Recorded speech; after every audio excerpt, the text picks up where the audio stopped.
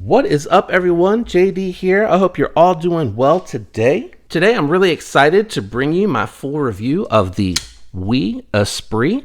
This one is on loan from refined_EDC over on Instagram. Go give him a follow. Shout out to him and much appreciation for him loaning this knife to me to carry and review. I am being very cautious with this knife because it is not mine. I am not hard using it. I'm just handling it, fidgeting it with it, and just a couple of little cuts with it just to see how the edge on the knife is. As you know, I've changed my format. When I get a knife, I do not do the unboxing anymore. I actually open it, carry it, handle it, use it, so I can collect my thoughts, share my feedback with you all, and then I just show you what comes with the box. And thank you, Refine, for sending the box along so I can share this with folks. So We does a variety of different types of boxes depending on what it is that you're buying. So it does come in their standard box. I do really like the pouch that he has. I think this is revised. It has the silver embroidering on it, and then it has a spot here for two knives, which I really appreciate because if you're traveling, this is going to be really nice to use if you want something that's going to hold two of your knives to carry. He put the warranty and stickers in here, and then he sent it with the plastic wrap and then the moisture wicking pack that all comes in there. So this really is cool because I do like to show everyone what they're getting with their knife. Some people do more, some people do less. I don't know that it necessarily makes a difference to anybody, but I do like to cover that. So what I'm going to do today is I'm going to go over the specs. I'm going to do comparison knives so you can get a good idea for the size reference of this knife. I am going to talk about my thoughts and impressions, and then I'll give you some alternate recommendations. Same thing that I do for every video. So let's go ahead and jump into the Esprit. It has a 3.3 inch 20 CV blade. This one here is stone washed. Very, very nice, or black washed, I think is what they're calling it now because it's coated and then washed.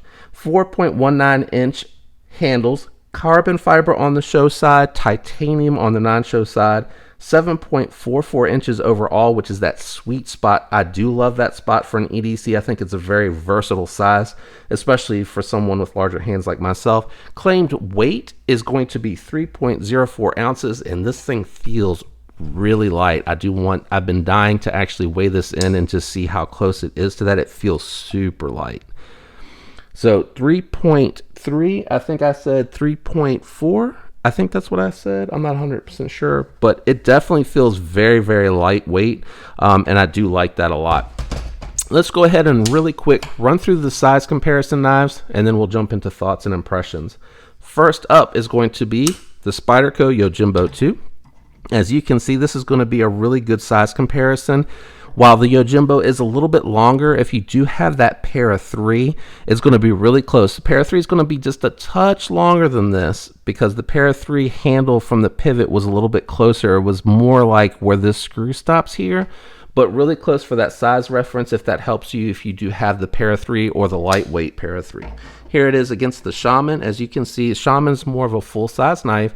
This knife here is just a touch smaller, but it is meant to compete in that space that the Yojimbo 2 occupies, which I think is a really good spot for an EDC knife.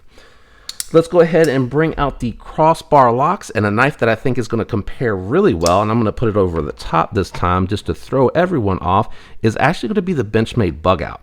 And this is going to come back out as an ultimate recommendation, but I think this is really a good comparison and very competitive comparison between these two knives. Next up, we're going to bring out the SIG K320 made by Hogue. As you can see, hopefully, because it's on the bottom, the Hogue is a much larger knife overall. And again, the Bug Out I think is really a really good reference and a nice comparison to this knife. Last but certainly not least is going to be my budget knives. First, we're going to bring out the Kubi Royal, Kubi with cheese. I'm going to bring it to the hilt so you can just really see overall how much longer the Esprit is. And then we're going to bring out the other budget knife that I love to use for these references, and that is going to be the Buck 110. Sorry, I'm concentrating on the hilt here because I'm having to look under the camera. As you can see, the Buck is much longer, but very slender, which is why this is a really good beater knife, work knife. If you just want something cheap that you don't really care what happens to it, I always say that the Buck 110 is a good one, especially if you don't care about fidget or deployment. You can open it one-handed, but you definitely need to close it. let me jump into my thoughts and impressions. I'm going to go ahead and jump into this 20CV blade. This thing is really, really thin, and I actually saved the cut test to do on camera because I really don't want to be cutting a lot with someone else's knife. I don't want to, not that the 20CV soft or weak are going to deteriorate, but I really just don't want to overdo it with someone that has loaned me their knife. Now, having said that, the blade stock thickness is that what you will see is very similar. Actually, it's even thinner than the Wee Beacon, but this has the 20CV in a very tall flat grind, and I've done a lot of cutting with my own knife, and their 20CV seems really nice. So just for the camera, we're going to do a real quick little slice through some paper so that you can see just how thin it is, and it has good bite. You can see it just bites right into the paper, slices right through it. And then just a standard sheet of cardboard. We'll take it through one time. As you can see, I'm trying to do it gently, but you can see it does go through there. Very, very, very nice. Good bite all the way down through Civivi. Well, yeah, Civivi, they do such a good job with their steel and their edges. Their knives always come really nicely. That is all the cutting I'm going to do with refined _EDC's knife. I am not trying to overuse his knife. And this one is the updated version as well. So they had just the, I don't know that it was marbled carbon fiber. I'm not sure that I'm calling it correct. This is more of that shred variety. And I don't mean to jump past the blade, but they had a different version out there that was a little bit older. And right now, which you're not going to see it in time for Father's Day, it's like $20 off-ish from the going price that they normally are asking for. So, I mean, you have a little bit of savings there. The blade shape is really nice because you don't have to get up too high for the utility draw cuts. You actually can get just right at the edge of what I would call is comfortable in a seated position to get through your draw cuts and whatever it is that you're trying to detail work on. It also has a really interesting grip position because to get out and to do detailed work, you can actually get pretty far up on the blade, especially for someone like me that has such large hands. So really nice job on this black wash too. Let me bring it up to the camera so that you guys can see it. Really nice. I've really been digging their black washes, whether it be on the Wii product or the Civivi products. I just think it looks really good, and it does mask a lot of the scarring that goes on there, even though I do really like scarring on a coated blade. As you can see here, I have not stone washed this one, and I just like the way that it looks. I mean, it looks like it's getting used. For some reason, I don't feel like it's showing up as much on this side, but you can see a lot of the lines right there reflecting around the Spyderco logo, and you can see I definitely go through my cardboard at an angle with that knife when I'm breaking it down. And my old Shaman and my old Sig K320 had scarring on it too. What I like to call battle scars, not user scars. Sorry, battle scars. Lost it there for a second. The carbon fiber on here is really nice as well. I have looked as hard as I can, and I cannot find any voids. So I don't know if the shred carbon fiber, the way that they lay it over and the way that they contour on this one, if that does a better job of masking it or not. I'm not 100% sure. Lockup on here is around, I would call 30 or 40%. It is definitely not at 50 when you're looking at where the blade starts and where the liner lock actually hits on it. I would say it's probably like that 30% mark. You could probably say it was even 40. Let me grab my flashlight so you can look down in here. There is no milling, and it really does not need it. It feels really light. One thing that was really interesting when I went to look at the milling as well is I noticed that here you can see the silver that they add to get the reflectivity on the carbon fiber. Hopefully that shows up really well on the camera as well. You can really see it right there. So I thought that was really interesting. I don't know if that's like the same type of flake that they put in the paints when they're trying to get the metal flake in the paints. I don't know the technical term, but like on a car, they have the metal flake on the paint, and it really gives like the reflection, and it makes it look really shiny, and you can get up close to it and see it. And I wonder if that's what they do here to get those silver colorways that are in there, which look fantastic. My one complaint, all of them, Civivi's pocket clips, man. I really just wish they did it on the Roxy. I just wish they would just go to the flat. I think this is a milled. Yeah, it's definitely milled because of the way that the screws are coming in versus the stamped titanium. But at least it's titanium, and I will say it goes in and out of the pocket great. It catches.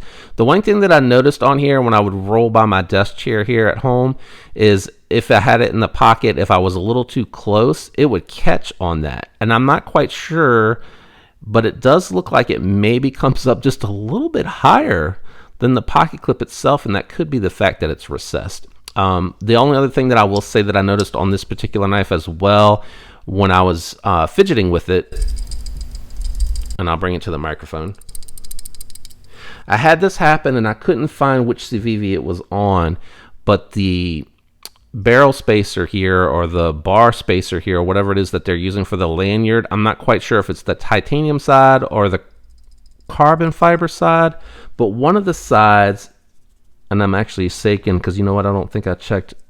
Here it is. So same thing here with this barrel spacer for the lanyard. I knew it was one of them. The tolerances aren't super duper tight. On the Conspirator, it doesn't do it. So just one thing that I noticed, I on the Chevalier, I wouldn't mind it, but I feel like this is your premium brand. I feel like we should have better quality control over that, and that shouldn't be an issue. And again, I think when you're spending this much money, you should just have your milled titanium pocket clip that's flat, because this thing has such nice ergonomics that it's really shameful that you actually feel that kind of poking into your palm. Because really, I think if that wasn't there, if it was a different type of clip, I think this thing would be just melt in your hand, which it is really good, but that pocket clip just kind of, it ruins it a little bit, just a tiny little bit. Action on it is very smooth. The multiple means of deployment work really well. It has a nice detent. I wouldn't say it was heavy, and I definitely would not say that it's light. I would say it's a good detent for a front flipper that has also thumb studs. And every time that I'm flipping that, my fingers are on the lock bar. I flipped it right into my finger there. That was my fault. Finger on the lock bar doesn't matter. And here you can see I have my whole hand just sitting on that lock bar. As long as you're not gorilla gripping it, it still deploys, which I think is really nice when they're able to find a way to kind of tune that to where it just feels like, see, like my hand's completely on it, but if I move it just to the left a little bit, it shoots right out, which I think is really, really nice, and it's really easy to actuate one-handed. Okay, so I've talked a lot about the knife. Let me talk a little bit about some alternative recommendations and comparisons. So I talked about the Benchmade bug out. I think this is, from a size perspective, a great reference. While the Wii Esprit does have a slightly taller blade, it has a very similar blade shape. The thumb studs are in a very similar location, which I really like for deployment. I think that's a really nice location. They both have nice and similar contouring. When you look at where the fingers land, you have a more pronounced contouring on the Wii Esprit, but you still have that type of contouring on the bug out, which the bug out I think has really good ergonomics and feels really great when you upgrade to a set of titanium scales, even G10. Like I had the G10 first, and it was an upgrade for sure over their Gravity, and then the titanium really good. Now, what I do like about, I'm gonna set this down. What I do like about the Esprit is the fact that it does have this notch back here, which causes it to kind of really nestle into the palm of the hand and feel a little bit more comfortable than the straight line on the back of the bug out. And then my scales, not the factory scales, they do have a little bit of contouring on there, which they did on the factory scales for the Wii Esprit, which I think also lends to really good ergonomics. Now, price point, you're looking at, without a sale, around $200. If you're looking at the $140 Benchmade bug out with the S30V, and then you're spending $75 on the titanium scales, you're actually coming out a little bit higher than you are for the Wii Esprit. But the two things that I will say are a little bit different is you do get dual means of deployment here with the finger stud, and you get the liner lock, which is a little bit slower to actuate one-handed. You get the dual means of deployment with the able lock, because you have the thumb studs and you have the able lock if you don't mind the wrist flick. So you do get two means of deployment, but I mean, this is a really good buy. I only make that reference in case you were interested in a USA made knife. If you like the ergonomics of this knife and you're not too concerned about means of deployment, you can go out for 99 bucks and you could probably pick up like a Delica 4, which is really close in size. It's a little bit shorter, but ergonomics, and it's a Seki City, Japan made knife, and you can find them for like 99 bucks with S30V, and I forget what the other one was that I saw the other day, which was really interesting as well. And then for 140 you can get K390. But as far as, you know, comparable knives, not too much, because this is a front flipper. The only other one that I happen to have in my inventory that has a front flipper that I can think of is actually going to be the Roxy 3, which is a completely different knife. But from a size comparison, if you like or have the Roxy 3, you can see this is more in that bug out size territory, which is why I do those size references to help people with that. The other one that I have is just much bigger, and that is going to be the TS 129 from Tucson, and it's just a much bigger knife, and I don't think it's a really good comparison unless you want something that's a little bit bigger. This one has the thumb hole, very similar in that they have a carbon fiber show side and they have a titanium lock bar side. I like the functionality of this clip better, but I like the lower profile of this one here. This one, because it's a little close, sometimes once in a while it'll catch funny if I don't have a good angle, and it'll kind of snag it on the way out. M390 on this one, 150 bucks versus the 20CV here. I mean, they're pretty much the same thing, but this is a Ray Laconico design, and I feel like if you're looking at the Esprit, you like this really thin carry profile that you're getting on the Esprit.